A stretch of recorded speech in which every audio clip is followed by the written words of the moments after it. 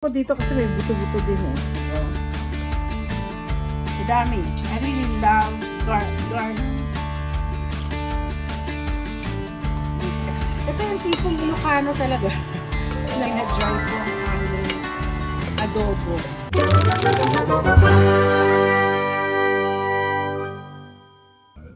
Good morning! This morning, I'm making my own version of adobo. I was challenged by some subscriber on how I cook my adobo. It's just based on how I taste, based on what I want to do with my adobo. So don't judge me with this. So right now, I have some pork. Ito, I'm supposed to do a pork roast. Chachap-chapin ko na lang po to para sa adobo. Okay, so I have the pork belly. Kasama ko na kasi alam nyo, I need to cook this one now. Kasi nga, tagal na nito sa ref. At mahihirapan po ako. So, gusto ko dito kasi may buto-buto din eh. Oh. So, dadamihan ko yan kasi maraming hihingi na naman eh.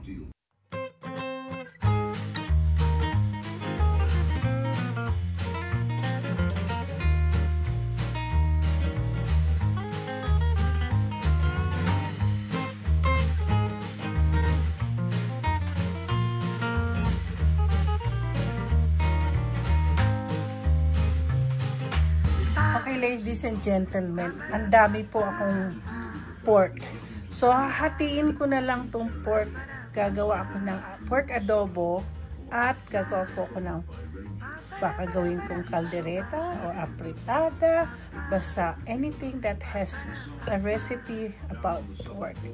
So guys, I decided na dalawang recipe. Sayang to. Ako nanghihinayang po kasi ako pag meron akong madami po yung aking nito, madami po akong na-chop na karne. Besides, dalawa lang naman kami mag-asawa. At minsan kasi binibigay ko kay Luchi. Kini-question na nga ako ng mga ibang kamag-anak kung kanino ko pa binibigay yung mga pagkain ko. Hinuhugasan ko lang po yung aking pork. Okay. Yeah. Yung isang bali dalawa na aking magiging lamig. Lamig po ito. Ay, malamig. Yeah. Nakikita ko ba yan? Yeah. Okay. Ang adobo, as nahugasan ko na kaya dalawang aking maano. Ang adobo kasi is the national dish daw. I don't know. This is the most popular dish ng Filipino, and a lot of other race or another countries, they try to do the adobo because when you ask them what's your favorite, aside from the pancit and lumpia, is the adobo. Either adobo, pork adobo or chicken adobo. I'm making my own chicken adobo too. But right now, I have a lot of pork, so I'm gonna cook it, and it's just it is an easy, as long as you have a bay leaf, you have the soy sauce. I have 2 vinegar kasi 1 vinegar paubos na kasi. So may vinegar ako and the rice vinegar. So yan ang ano ko kasi ito masarap. This is the secret of my food all the time. And also we have the garlic.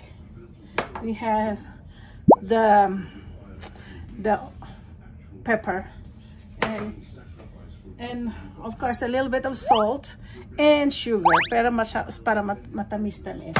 So now I'm putting them together. Okay, I'm putting them together. I'll first do the madami. I really love garlic in my adobo, and then a little bit of sugar, salt, and then of course pepper, Damihan ko na. And of course, the main dish is, this is the secret of the adobo, the bay leaf. Okay? Yeah. I don't know how you make, this is how I make my own adobo. My husband is looking at me. Looks like he wants to eat adobo this morning for breakfast. So okay, well, Dakano. This is the Dakano rice vinegar. Lagay ko na. I'll put everything. I already have a lot of this. I stock. You know me, I'm a stocker. So, nailagay ko na lahat. Pati ang, nasa na isang suka. So, lalagyan natin ng soy sauce. Naku, dami. Magkasama-sama po silang lahat. Yan. Tapos, ayan yan siya. Let it boiled. Ang ating, mabango. Hindi ko pa naluluto. So, yeah, lulutuin na natin. So, hinihintay natin ang kumulo ito at maluto. Ganun lang, it's just boiling it. So, while waiting for this to be to boil and check natin mamaya kung masyado ng luto, I'm cooking rice. Para yan ang maging breakfast namin, adobo, rice, and eggs. Ay, hindi pa pala naka-on. Hindi ko na-on. I-on ko lang ng ganyan. Medium lang kasi ayoko masunog. Okay guys, ito na po ang akin. Hindi pa, natutuyo na po siya. Kaya lang sumobra yata ang aking toyo. Kaya maitim na maitim. Bigyan nga natin ng rice. Maitim na maitim na po siya. Kaya lang ho. May, ano na to, ang tawag nito, ano ko, minasa ano na ako, minimum lights para hindi siya masunog. Kaya ayan. Okay. Madami nga lang talaga toyo. Dark toyo kasi ginamit ko instead of the lighter one. Ito po, slow fire na siya. Pag napapansin niyo, ayan o, malilit na siya. Ayan. Gusto ko kasi magmamantik, magkaano to yung magmamantik. Ito yung tipong Ilocano talaga. na dry po ang aming, dry po yung aming adobo. Ayan. Yan po natin siya. Naka-slow fire naman po ako ngayon. Slow fire. Malambot na po yung amin.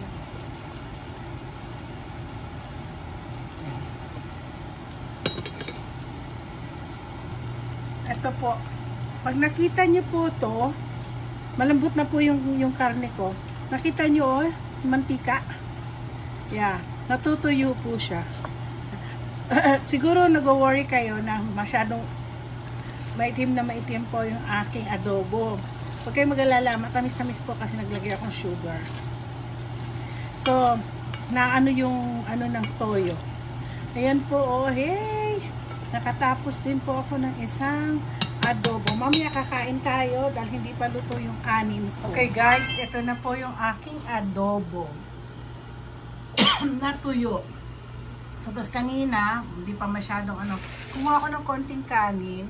Kumuha po ako nung taba dun sa ano, papakita ko sa inyo. So tingnan nyo po, oh, nagmamantika po siya. Yan, gustong-gusto ko yan. Pasensya na kayo, yung mga iba hindi nyo na i-appreciate yan. Well, ganito po talaga ang aking adobo. Okay, susubukan natin ang aking maitim na adobo. Tinawag kong maitim na adobo kasi ang dami ko nilagay na ano, na toyo. Hindi, tsaka isa pa, usually ang ginagamit ko is light toyo, not dark toyo. Ito kasing dark toyo na to. Kahit konti lang, talagang dark siya. Oh. Dark talaga. Kaya tingnan nyo, oh, hanggang ngayon buhay pa siya. Ay, di sana ginamit ko yung mushroom toyo. No? Anyways. So, susunod.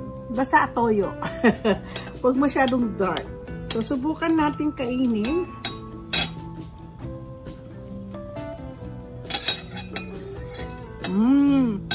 Malambot po yung karne. Malambot po yung pork. Ginamit ko yung yung pork belly. Ang sarap. Sorry, mahilig po ako sa pork belly.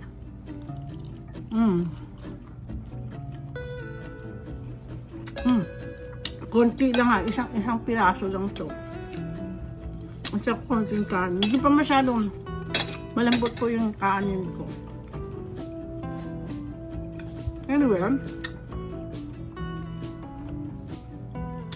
ito aking version ng aking adobo. So don't forget to like and subscribe. Ito po ang aking pork adobo. Don't forget to like and subscribe.